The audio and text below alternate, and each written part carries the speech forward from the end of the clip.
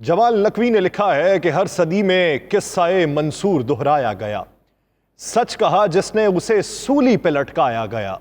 हम पे ही सदियों से है जुल्मो सितम जबरो अलम और हमें ही मूर्दे इल्जाम ठहराया गया।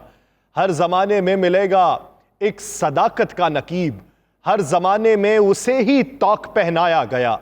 रुख बदल कर आंधियां हालात की उठती रहीं, अज़्म में मेरे न कोई फर्क भी पाया गया। क्या सुनाएं हम शिकस्ते दिल का अफसाना जमाल, ये वो शीशा है जो हर पत्थर से टकराया गया। नाज़रीन, मैं हूं यासिर रशीद और आप मेरा व्लॉग देख रहे हैं। नाज़रीन, पाकिस्तान के अंदर अगर आप बैठे बेहतरी के इम्कानात को रोशन होता देख रहे हैं तो ये आपकी खाम ख्याली है। पाकिस्तान के अंदर पहले यह हुआ करता था कि कोई एक मसला होता था तो उस पर कानूनी राय दरकार होती थी, एक जानिब से जवाब आता था और फिर मुकम्मल सन्नाटा छा जाता था। लेकिन मौजूदा सूरत हाल यह है कि हमें हर मामले के ऊपर कानूनी राय दरकार है।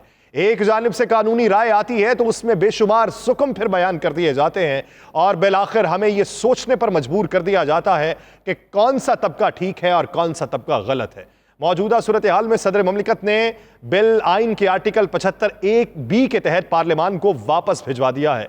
सदर आरिफ अलवी की जानिब से एतराज में कहा गया है कि कौमी एहतसाब ऑर्डिनेंस 1999 में की गई तरमीम सुप्रीम कोर्ट में ज़ेरे समात है और सदर ममलिकत ने एतराज़ उठाया है कि बिल में ज़ेरे अल्तवा मामले के असरात पर गौर किए बगैर कौमी एहतसाब ऑर्डिनेंस 1999 में मजीद तरामीम पर दोबारा गौर किया जाना चाहिए, जबकि उनकी जानिब से बिल और वज़ीर आज़म की एडवाइस में इस पहलू का हवाला नहीं दिया गया। वज़ीर आज़म शहबाज शरीफ ने आइन के आर्टिकल 75 के तहत बिल तौसीक के लिए सदर ममलिकत को भिजवाया था। अब ये वो मामला जात है जिस पर आप कानूनी राय लेने के लिए किसी एक वकील से राबिता करेंगे तो वो किसी एक तबके का मौक़िफ़ बयान करेगा और हुकूमती वकील का अगर राबिता हमें मुहैया हो जाए तो वो उनका मौक़िफ़ बयान करना शुरू कर देगा।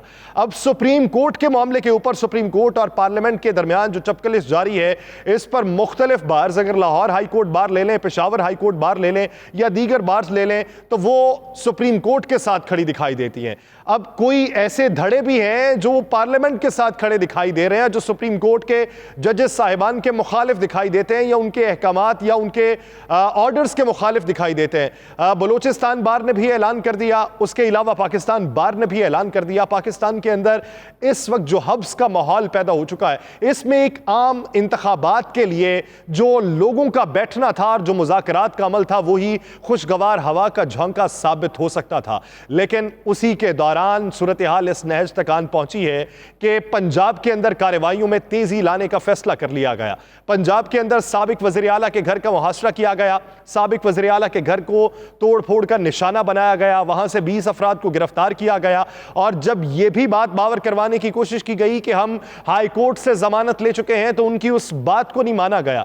तो सवाल यह बनता है कि प्रोसिक्यूशन डिपार्टमेंट को जो ऑर्डर की कॉपी जाती है वो किसके पास मौजूद थी? क्या उस कॉपी से लाइल्म या एंटी करप्शन की टीम पुलिस को साथ लिए हमला आवर हुई? सवाल यह पैदा होता है कि क्या एंटी करप्शन की टीम को नहीं मालूम था या पुलिस को नहीं मालूम था कि घर का मरकजी दरवाजा एक है और अंदरूनी दरवाजे 3 हैं और 3 घर वहां पर हैं, जिसमें चौधरी वजाहत हुसैन, चौधरी शुजात हुसैन और चौधरी परवेज इलाही के घर अलहदा-अलहदा हैं? क्या पुलिस को नहीं पता था कि सिर्फ एक खातून के कहने पे घर का दरवाजा तोड़ दिया जाएगा और वहां पे खानदानी जो चपकलिश है उसका निशाना बनाया जाएगा? ये सारी खाम ख्याली है या ये बयानात बनाए जा रहे हैं? निगरान वज़ीर आला पंजाब का मदीना से बैठ के ये बयान दे देना कि आईन व कानून के मुताबिक होगा और मुझे नहीं मालूम कि ये किस तरीके से कार्रवाई की गई और क्यों चौधरी शुजात हुसैन के घर में लोग दाखिल हुए, यहां पर बेशुमार सवालिया निशान है। और अब मौजूदा सूरत हाल ये है कि चौधरी शुजात हुसैन साहब के घर का जो दरवाज़ा है, जो ज़हूर इलाही रोड पे ज़हूर इलाही पैलेस के अंदर मौजूद है, वहां पे रेंजर्स को तैनात कर दिया गया और जो अकबी दरवाज़ा है वहां पर भी रेंजर्स को तैनात कर दिया गया। अब जो रेंजर्स को तैनात किया गया, रेंजर्स की जो तलबी होती है ये हुकूमत के कहने पे होती है। सूबाई हुकूमत तलब करे तभी रेंजर्स आती है और तभी किसी जगह पे तैनात किया जाता है। यानी इससे ये बात मंजर आम पे आई है कि पंजाब हुकूमत को पहले मालूम नहीं था कि कार्रवाई क्या होने जा रही है। पंजाब हुकूमत को तब मालूम पड़ा कि जब घर का दरवाजा तोड़ दिया गया, जब रिश्तेदारों ने ही पूछ लिया कि आप वजीर आला लगे हुए हैं, कुछ रिश्तेदारी का ही ख्याल कर लिया जाता, हमारे घर का दरवाजा क्यों तोड़ा है, तो अब वहां पे रेंजर्स को तायुनात कर दिया गया। अब वहां पे रेंजर्स को तायुनात करने का मकसद क्या है, मतलब क्या है? उसका मतलब यह है कि चौधरी परवेज इलाही को गिरफ्तार करने की दोबारा भी कोशिश की जाएगी।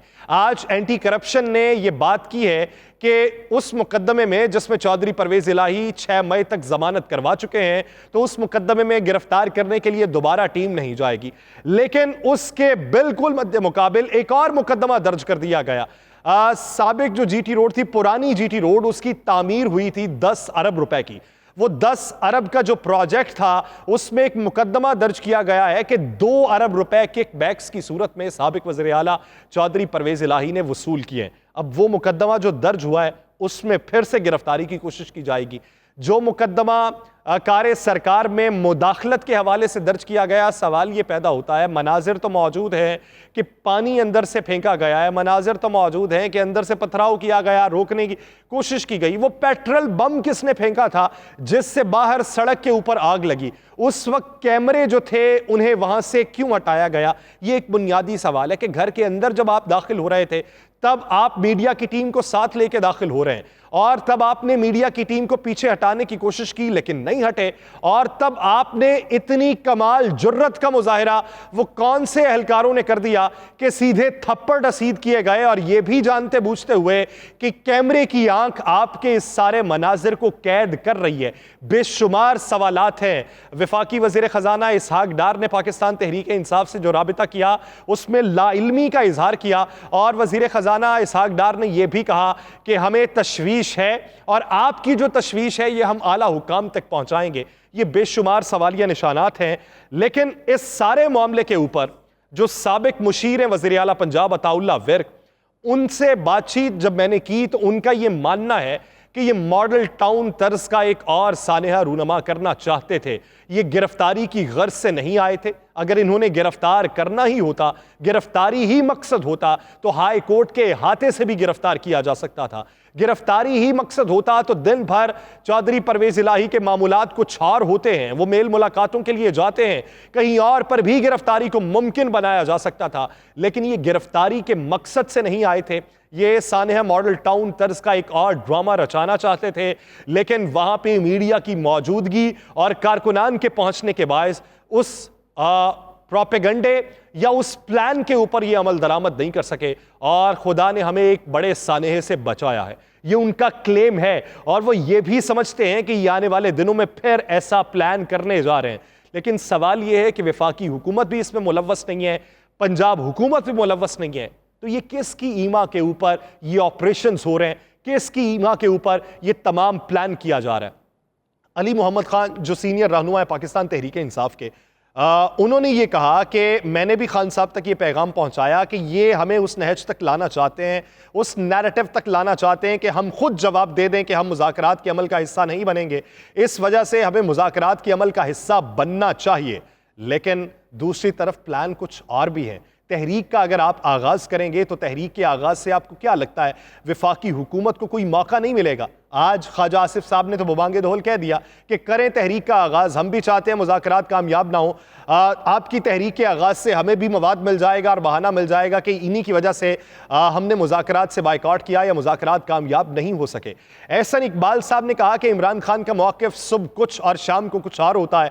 इमरान खान ने जमहूरी सोच से नहीं सियासी तखरीबकारी करके हुकूमतें तोड़ी हैं। उन्होंने कहा कि पहले ज़मान पाक पर छापा पड़ा और इमरान खान नहीं पकड़े गए, अब चौधरी परवेज इलाही नहीं पकड़े गए। ये इंतजामिया पर सवालिया निशान है। परवेज इलाही के वकला की जानिब से एंटी करप्शन में अदालत की जानिब से मिलने वाली जमानत के कागजात जब जमा करवाए गए तो एंटी करप्शन हुकाम ने उसकी तस्दीक की और गिरफ्तार न करने का ऐलान किया। तो सवाल यह बनता है कि वफाकी हुकूमत कहे कि हमें मालूम नहीं, और वफाकी हुकूमत के ही एक वफाकी वजीर ये कहें कि पुलिस गई और पकड़ ना पाई, तो ये इंतजामिया के ऊपर सवालिया निशान है। तो आपके बयानात सुबह कुछ शाम को कुछ और नहीं होते कि आपके बयानात आज के दिन के अंदर देखें तो पार्लियामेंट के फ्लोर के ऊपर कुछ और, मीडिया के ऊपर कुछ और, पाकिस्तान तहरीक इंसाफ से जारी मुज़ाकरात में कुछ और सुप्रीम कोर्ट के अंदर कुछ और है। क्या आप खाम ख्याली में नहीं जी रहे, या आपने आंखों के ऊपर कोई पट्टी नहीं बांध रखी, या आप अवाम के अंदर अपने मुख्तलिफ बयानिए जो है वो इंजेक्ट नहीं करना चाह रहे? आपको अपनी अदाओं के ऊपर भी गौर करना पड़ेगा। सवाल यह है, ख्वाजा आसिफ साहब ये बात करते हैं कि मुज़ाकरात कामयाब होते दिखाई नहीं देते, दूसरी तरफ इसहाक डार साहब ये कहते हैं कि मुस्बत पेशरफ्त होने जा रही है। इसहाक डार साहब भी बाऊजी के करीबी हैं, ख्वाजा आसिफ साहब भी बाऊजी के करीबी है। मान लिया जाए कि तफरीक पाकिस्तान मुस्लिम लीग नून के अंदर मौजूद है, शहबाज शरीफ साहब की टीम और मौजूद है और बाऊजी की टीम एक और है, दोनों के नजरियात मुख्तलिफ हैं, लेकिन ये जो दो अफराद हैं, कैसे मुमकिन है कि इसहाक डार साहब बाऊजी की परमिशन के बगैर कोई बयान दे दें और उधर ख्वाजा आसिफ साहब बाऊजी की परमिशन के बगैर अपना बयान दे दें? यानी इन्होंने स्ट्रेटजी बना रखी है कि एक तरफ से बयानात कुछ और देने हैं और दूसरी तरफ से बयानात कुछ और देने हैं, और इसी तरीके से बातचीत को आगे बढ़ाना है और इसी तरीके से मामलात को सबूताज करने की कोशिश करनी है। पाकिस्तान तहरीक इंसाफ भी जो प्लान कर रही है उससे भी मामलात के ऊपर हर्फ आएगा। वफाकी हुकूमत जो कर ही रही है उनका तो मकसद ये है कि मामलात को सबूताज किया जाए, और इसी वजह से वो मुख्तलिफ बयानात दे रहे हैं। मौजूदा सूरत हाल के अंदर जमीयत उलमा इस्लाम फे पाकिस्तान तहरीक इंसाफ को सियासी कुव्वत ही नहीं समझ रही। कामरान मुर्तज़ा साहब ये कहते हैं, मैंने उनसे गुफ्तगू की, मैंने ये पूछा कि आप ये पहले राय रखते थे कि मुज़ाकरात के दरवाजे बंद नहीं होने चाहिए, मौजूदा सूरत हाल में आप ही मुज़ाकरात के दायरे से बाहर बैठे हुए हैं और दीगर जमातें मुज़ाकरात के दायरे के अंदर मौजूद है। तो उनका ये कहना था कि हम पाकिस्तान तहरीक इंसाफ को सियासी कुव्वत ही नहीं समझते, हम समझते ही नहीं है कि ये एक पॉलिटिकल जमात है, ये एक फैन क्लब है।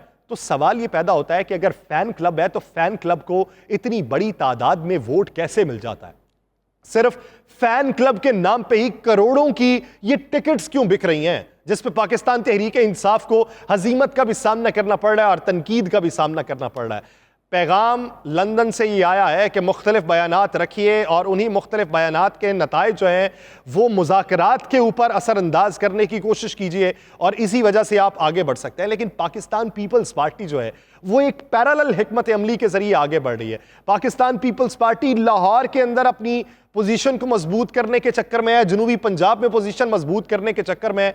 एक तरफ पाकिस्तान मुस्लिम लीग नून जो है वो अपने इंतखाबी निशान से वॉकआउट कर चुकी है कि जब आपने कागजात नामजदगी जमा करवा दिए और पार्टी निशान के लिए आपने पार्टी टिकट्स जमा नहीं करवाए तो आपने फिर वॉकआउट ही किया। तो दूसरी तरफ पाकिस्तान पीपल्स पार्टी टिकट भी जमा करवा चुकी, निशान भी अलॉट करवा चुकी। तो इस तनाजुर में पाकिस्तान पीपल्स पार्टी की हिकमत अमली तमाम जमातों से मुख्तलिफ दिखाई देती है। तो देखना यह होगा कि अंदर से कौन काट रहा है एक दूसरे को, और देखना यह होगा कि कड़वी गोली कौन किसके लिए बन चुका है। जिस तरह पाकिस्तान पीपल्स पार्टी के लिए एतजाज एहसन और लतीफ खोसा और इन जैसे दूसरे जो रहनुमा हैं वो कड़वी गोली बन चुके हैं कि जिनको ना वो उगल सकते हैं ना निगल सकते हैं, उनके बयानात के ऊपर खामोशी ही इख्तियार करते हैं या चुपके से सीईसी की मेंबरशिप से उन्हें निकाल दिया जाता है। तो दूसरी तरफ पाकिस्तान मुस्लिम लीग नून के लिए भी कड़वी गोली बन रहे हैं शाहिद खाकान अब्बासी साहब, मिफ्ता इस्माइल साहब और उन जैसे दीगर लोग जो री इमेजिन पाकिस्तान के नाम से अपनी कैंपेन चला रहे हैं, जिससे ये तासुर मिलता है कि एक अलग से तबका बन चुका है। अब उस तबके को बबांगे दोहल बात नहीं कर सकते क्योंकि कुछ शख्सियात पार्टी के अंदर ऐसी मौजूद होती हैं जिनको आप नेग्लेक्ट नहीं कर सकते या जिनके ऊपर आप तनकीद नहीं कर सकते उस तरीके से कि जो आपकी पार्टी छोड़ जाए तो जिस पे आप तनकीद कर सकते हैं। अब शाहिद खाकान अब्बासी साहब को वजीर आजम बनाने के लिए बाऊजी ने कहा, उनके दौर को सुनहरा दौर भी गर्दाना जाता है, उनके इकदामात को आप बबांगे दोहल पाकिस्तान मुस्लिम लीग नून के क्रेडिट के तौर पर बयान करते हैं। अब वो जो बातें कर रहे हैं उन बातों को लेकर सिर्फ आप जवाब दे सकते हैं। उन्होंने 20 अरब की करप्शन का इल्जाम लगाया कि 20 अरब की करप्शन हुई है, जिस पे वजीर इत्तलात जो निगरान वजीर इत्तलात हैं आमिर मीर पंजाब के, उन्होंने कहा है कि हमारे पास एक एक पाई का हिसाब है, या तो आप सबूत दें या फिर माफी मांगे। वफाकी हुकूमत भी इससे इनकारी हो चुकी है और वफाकी हुकूमत कहती है कि ये वजीर आजम की जेरे सरपरस्ती या जेरे निगरानी हमने ये पूरा प्रोजेक्ट मुफ्त आटा स्कीम का चलाया था। लेकिन आज चकवाल के अंदर क्या एक मेन शाहराह के ऊपर 2000 थैलों से भरा हुआ ट्रक वहां पर मौजूद नहीं था? क्या 1160 रुपए के इवज एक थैले को फरोख्त नहीं किया जा रहा था?